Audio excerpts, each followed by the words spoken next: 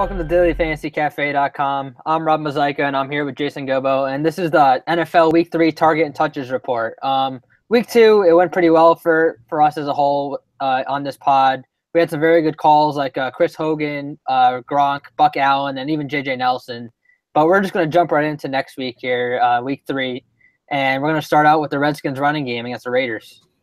Yeah, this one's interesting. I mean, Rob Kelly, no broken ribs, which is obviously good, but bruised ribs, cartilage issue. I would expect him to miss week 3.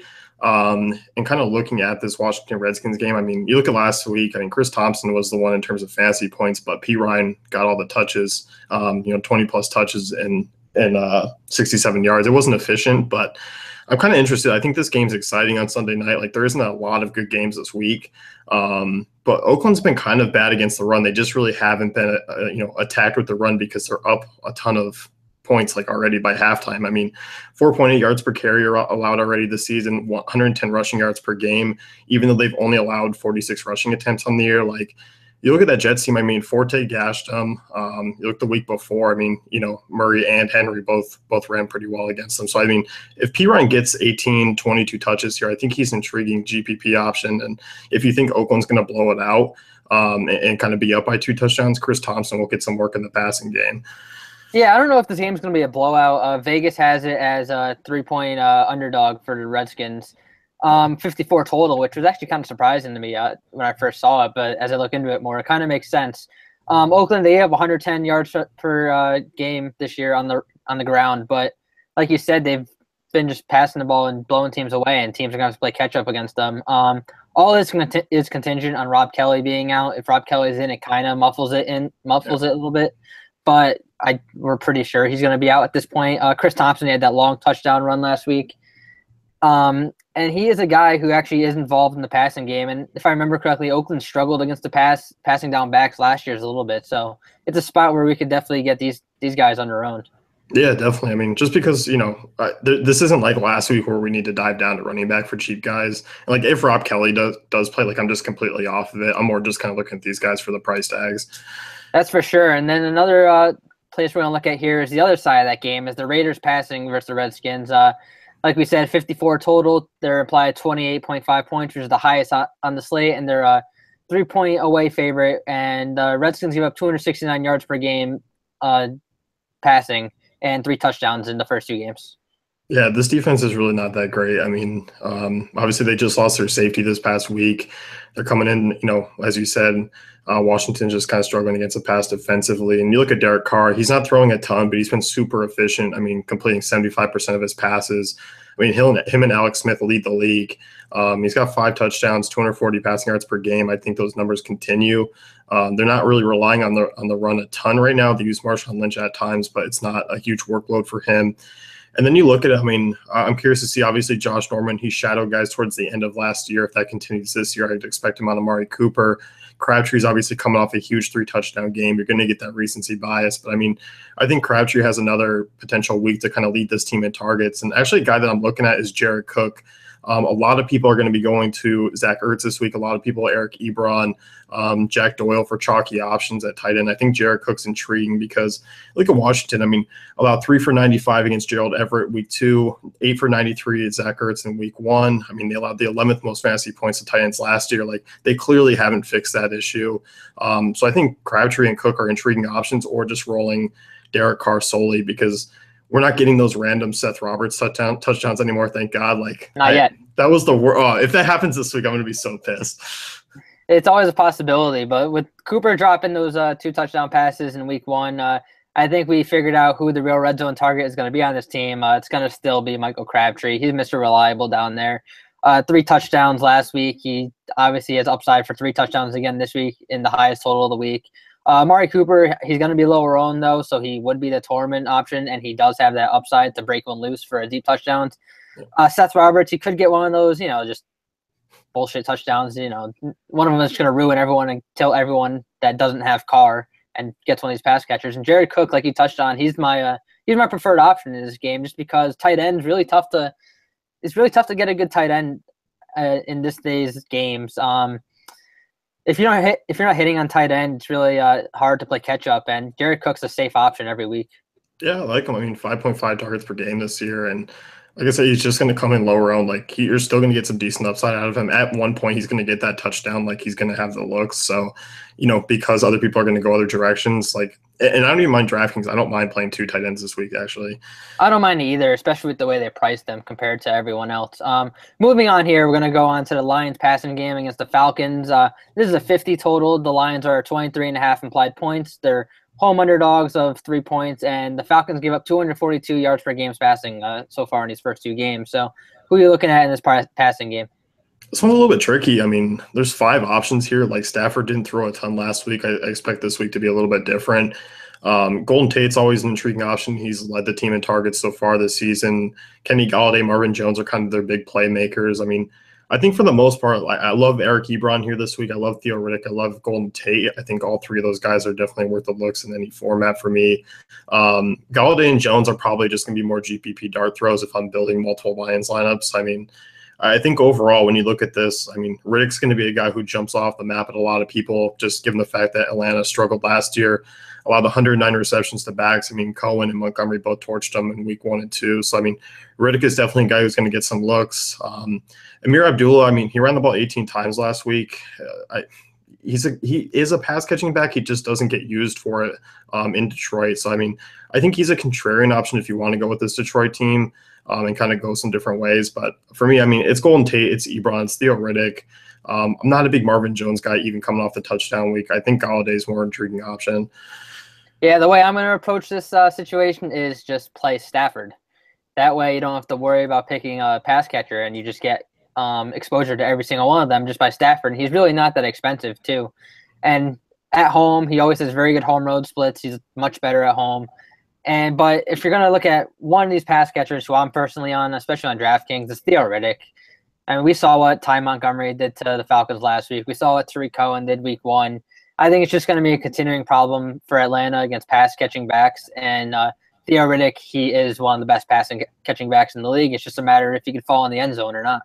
Yeah, no, I'm with you. And I like a naked Stafford this week. Like you said, the price tags are just way too nice. 79 on FanDuel? He's 62 on DK. Yeah, he's not priced up like a Rodgers or a Brady or a Ryan, but, I mean, you get the same upside in this matchup with him that you'll get with them. And he's at a cheaper price, and paying down a cornerback has been pretty profitable throughout the last 2 years, so I think it's a good way to go. Yep. We're going to move on here to another passing game. This is the Green Bay Packers against the Cincinnati Bengals. We have a 45 implied total here. The Packers are implied 27 points, which is the 3rd highest in the slate, but they're 9-point home favorites, and Rodgers is coming off a very bad game. Yeah, he didn't play well. Obviously, the offensive line, they were missing 2 of them that week. Jordy Nelson left the game fairly early. And this team, all of them do take a pretty big hit when Nelson's off the field. It's not like there's a one guy who really goes and jumps up in production. Like, we know Cobb is going to get, a ton of targets. We know Adams are going to get a ton of targets.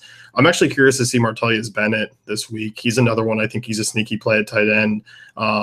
He's actually seen 10 targets per game in targets that actually, they count penalties, targets that interfered with penalties.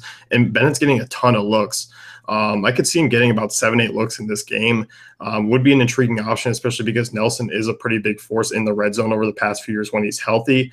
But I love this passing attack. I mean, obviously you're getting Rodgers at home. Ty Montgomery would be interesting to see if he gets a little bit more rushing attempts this week. But for me, I mean, Adams, Cobb, Bennett, I mean, all really cheap options. Their prices really didn't go up that much. And Cobb's top 3 in receptions already this year and targets. I mean, it's definitely a rebound year for Cobb. Are we thinking that Cobb's going to play this week for sure, or we're still just assuming it? I think he plays. I mean, he's day-to-day. I know they gave Jordy Nelson the questionable 50-50 tag. I think Nelson sits this week. Even if he does look up, I'm not really looking at Nelson just because the quad injury is one that can easily be, he goes out there, runs one route, and he could be done again. So I expect Cobb to be there. If Cobb's out, then I expect more of a balanced approach. And actually, I think Montgomery becomes a pretty big workhorse if Cobb is out. I agree there. It's a matter of if Cobb's going to be out. If Cobb is out, you could actually see them pull up on those guys like Jeff Janis or Allison and make them active this week. But we really aren't sure what we're going to get out of them other than maybe a big play. I like your call on Bennett. I mean, he's a guy who, with the Patriots, he had a couple of big games, and I think Aaron Rodgers would definitely look his way more with Jordy Nelson out and potentially Cobb being limited. Ty Montgomery, he was everyone's darling last week and in week 1. And it seems like when he is the full down back, I mean, he's a pretty safe option at no matter what his price is, just because of the volume he gets in general. Yeah, I mean, 20+ touches both weeks. That's more than okay with me. Yeah, but this is another spot where you could actually just take Aaron Rodgers and you get exposure to all these guys. I know he's expensive, most expensive quarterback on the slate on FanDuel, but at the same time, he's a guy who can put up 30 points over there for you. And if you get exposed, he could throw a touchdown, one to Adams, one to Cobb, one to Bennett, and they could all get like 10 fantasy points. But Rodgers would have the big day. Yeah. We're gonna move on here to a team that's very Bad. they're not a good team, but they're in an interesting spot. It's the Colts passing game against the Browns. It's a 40.5 total. They're only implied 19.8 points, and they're home underdogs of 1 point. But Jacoby Brissett, he's a much better option than Scott Tolzien for his offense. They're just waiting for Andrew Luck to come back. But Brissett's not a bad quarterback to have for the time being.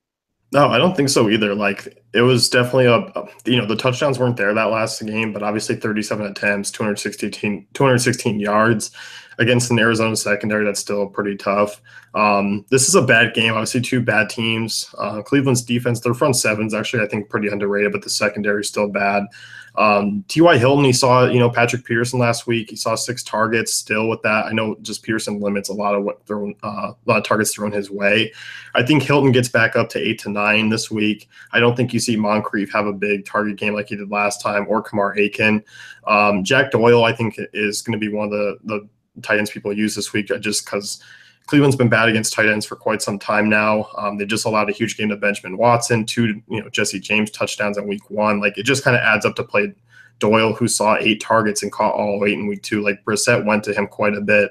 So I like Doyle this week. I like Hilton. I think Hilton's price is obviously dropped down from the first 2 weeks. He's an interesting GPP play. We know his upside. He was a top 5 fantasy scorer as a wide receiver last year, but Brissett I think opens it up a little bit more this week. And if people aren't going to go that way, I'm fine with it. But I like the low ownership on Hilton. Yeah, this is definitely going to be an interesting game to target with all these injuries here. T.Y. Hilton, 6,700 on FanDuel. I can't remember the last time I've ever seen him that low. But Brissett, he's going to be looking his way. He hopefully can get a couple red zone targets in there. Doyle's going to be the chalk at 5,300 on FanDuel and on DraftKings, where he's cheap as well. After coming off that big game against Arizona for a tight end, like I mentioned before, it's tough to get a tight end that's pretty safe for you. And well, it seems that Doyle's in a good spot against these Browns. And then I also like Dante Moncrief for a potential, not for cash, but for GPP, he can get you on those long touchdowns. Yeah, I don't mind him this week either. Like I see him kind of around 6 to 7 targets too.